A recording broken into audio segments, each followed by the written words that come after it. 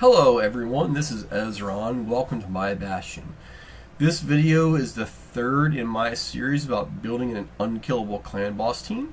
If you follow the channel at all, you'll know that video 1 was about my existing killable clan boss team and the champs I want to use in unkillable. Video number 2 was about the builds and how I selected the speeds and hit point percentages and did tuning before we even start. And now we're to video 3, in which I'm going to try my first run at an unkillable team. And so here we go to Clanboss, and in my clan it's requested that you only hit the void clan boss once, and you do all the rest of your keys on affinity clan boss. So there I am. This morning I did 1 key on void and did about 25 million on that clan boss, and then I did my second key on force affinity and got about 20 million. And so I know that, you know, here is the team that I would normally use for force affinity clan boss, and it will do between like 20 and 27 million damage, and it typically runs to 32 or 33 turns. You know, we've got an attack down champion, we've got a counterattack champion, we have a poisoner to do damage, we have Razin who supplies defense down and weaken, and then we have Warlord who does a combination of debuff extension as well as adding shields. So I'm going to try my clan boss team that I have been building with the help of Deadwood Jedi's website. And so here is the team, and I'm picking them in a specific order I will talk about shortly. Really the important part is Bulwark cannot be the lead because he has a defense in all battles aura, and he has relatively high base defense. So I don't want him to be the lead lest he mess things up. However, I believe that yes, no one has an aura that is helpful. I'm going to put Sawai in the lead because other things being equal, clan boss does like to target the leader, and I'm concerned about the prediction of the stun target tool that Maneater will get the first one, so I'm trying to avoid that. But in general, this is, I think, the setup I need, and I'm hoping that, you know, starting turn 2 or 3, it stabilizes. I can go to all 50 turns, and then assuming I can do 500 or 600,000 damage per turn, it should be a relatively straightforward, you know, 25, 26 million key, which if I can do that on every affinity, that is an easy 3 key to get the maximum clan boss chest every day, and I will be happy with this output. So I'm going to not start on auto, run the first couple of turns manually and see how we do, and then we'll deal with either a celebration because all the tools predicted correct behavior, or maybe some retuning to get the outcome I want. So without further ado, here we go. So I made sure auto is off, and we're clicking in. So I'd expect that I'm faster than the clan boss, so I will go first. There we go. Now, going back to Deadwood Jedi's site because he's awesome. The idea is, so first Maneater does his A3, which makes everyone unkillable. Then Painkeeper does her A3, then her A1, then does the A2, which is the heal, right before the stun, and everyone else just does auto. We're not Spirit Affinity, so we won't worry about that. So there we go. Everyone's unkillable. She resets. He gives AoE, not a big deal. This is awesome. Occult Brawler placed a 5-turn poison with his passive. Then we'll mimic the AI behavior, which at this point would be to do his A2, his 12,000 damage.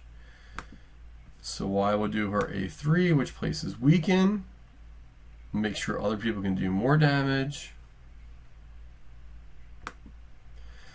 A2 generally is preferred to A1, so Maneater does his A2. Bulwark at this point should place hit point burn. He's not fully booked right now because I have to do other work. So we missed. When he's fully booked, that would be a guaranteed hit. Painkeeper does her A1, which boosts her turn meter but doesn't do anything else. Then the Clanboss does his AoE. There we go there. The only choice for Maneater is A2. Now, this is where the UI would say, the AI would say, we're going to do this. So I'll mimic that just because, but in reality I should do the A1. Then Painkeeper does her A2, which heals people, and this is the sort of important part. Clanboss goes, ooh, and tries to stun Bulwark, which is awesome, because that's the target I want. It did not proc as passive, but at this point we should be able to go full auto, and let's see how it rolls. Now I'm going to talk on a little bit here just so it's a little more interesting to watch for everybody. But at this point, I believe only Bulwark should be the stun target. And as we continue, we should get more debuffs on the Clanboss, as well as the potential for debuff extension. I will say we're at turn count 4 and we haven't done 1,000,000 damage yet, so I'm a little behind in terms of where I need to be to get a 25 million key. And we'll let it run and see how it goes. I'm going to narrate as much as I can. We've now Bulwark missed his hit point burn twice. We're to turn 5 and like really lagging behind damage. I'm going to have to do something about getting people to do stuff. Occult Brawler, because he's in lifesteal from being on my regular Clanboss team, he will never be the stun target, but Bulwark again gets it for turn 5 and everyone's happy. Oh, interesting. So that was, my Bulwark has about 250 or 260 accuracy and just got resisted. I'll pump that up a little bit with glyphs, and there we go. So we're now to turn 7, and given we have to get to turn 50, but overall I'm pretty happy so far. I was concerned that early on some of the nuances around who the Clanboss targets would cause issues, but we're moving along quite nicely. And I'm going to see where we are at turn 10 to just do some back of the envelope math to see how things go.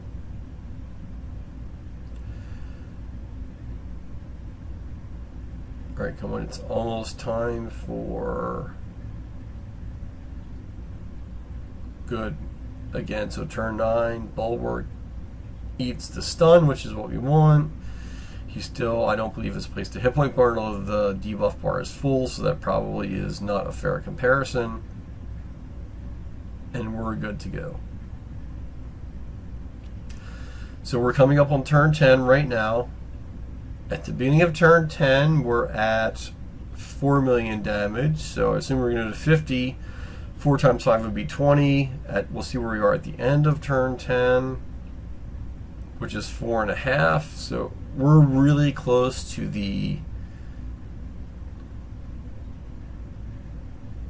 metric of, am I going to get a 25 million damage key?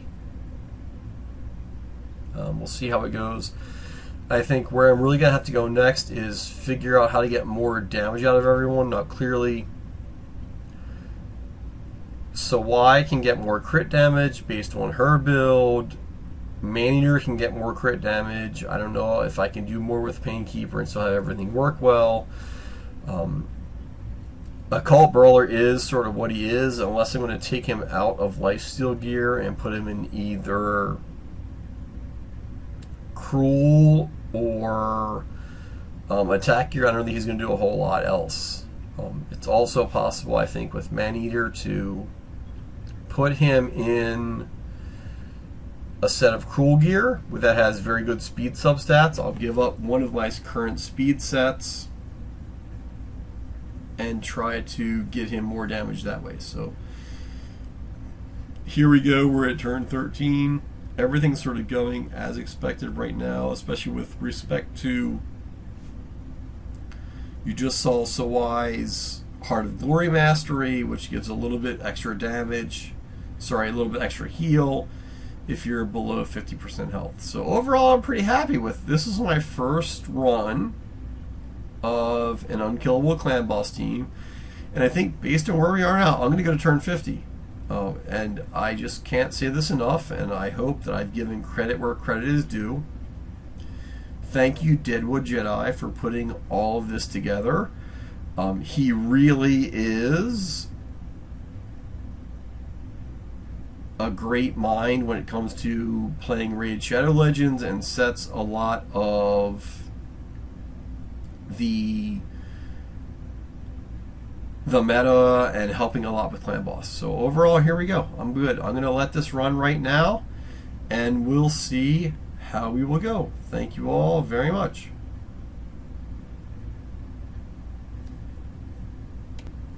So I paused the recording for a little bit, and now we are at turn 20 and have done 10 million damage, which is just about 500,000 per turn. Overall, I think that's a very good trend. At this point, enough debuff dropped off that we got Bulwark to place Hit Point Burn, which is generally more effective than Poison, even though he is a rare, not an epic or legendary. So overall, I feel pretty good that by the time we get to turn 49 or 50, we're going to have well into the mid 20 millions of damage. We'll let this go a little bit longer. I'm going to pause the recording for just a bit because it's not interesting to watch the AI execute as it would, other than to say, again, making sure everything works in the Deadwood Jedi Clanboss calculator was super helpful here, and if everyone does that and has the champs and gear available, I think it'll work really well for your account. So I'm going to pause this for a while, and I will resume recording around turn 30. So here we are back at turn 30. I will say we passed 15 million damage around turn 28. So we're slightly ahead of the 500,000 damage per turn that's required to get the 25 million per key. I think at this point, clearly the winner or the MVP is going to be Occult Brawler, keeping the debuff bar largely full with poisons. There hasn't been a whole lot of debuff extension from Bulwark. I'm a little bit worried or concerned about that, maybe even disappointed, so we'll see how it goes. But at this point, we're to turn 32, we have 18 million damage, so we're significantly ahead of 500,000 per turn, and I will check back at turn 40. And we are now at turn 40 at 22.8 million damage, so I will say, there's no way we can not get 25 million at this point by turn 50. Overall, I'm super, super happy and impressed with the team. I will say I feel like I spent a lot of intellectual effort and silver trying to make Bulwark my stun target, but I really haven't seen the level of debuff extensions that I would have or would have expected. as well as we know he's not booked. So I think my next video is going to be about optimizations. But at this point, we're at turn 42, 24.4 million. I'm going to make my 25 million per key. The couple of next big exercises to do are, let's talk about the Magic Affinity Clanboss, at which point I don't think I'm going to be able to use Occult Brawler. I will probably need to use a different Poisoner. That will probably be Aothar, but might be Frozen Banshee. Like, I just personally am not a fan of Frozen Banshee, because if her poison sensitivity gets resisted, she does nothing and places no poison for 3 turns. And as you will see, we're at turn 44. I just passed 25 million damage. At this point, this Unkillable team is a success. And I feel like I've said it several times in the video. I'm going to say it again. Thank you, Deadwood Jedi, for being a visionary of Raid Shadow Legends and making your website so people like me can execute and progress their accounts. That's really huge.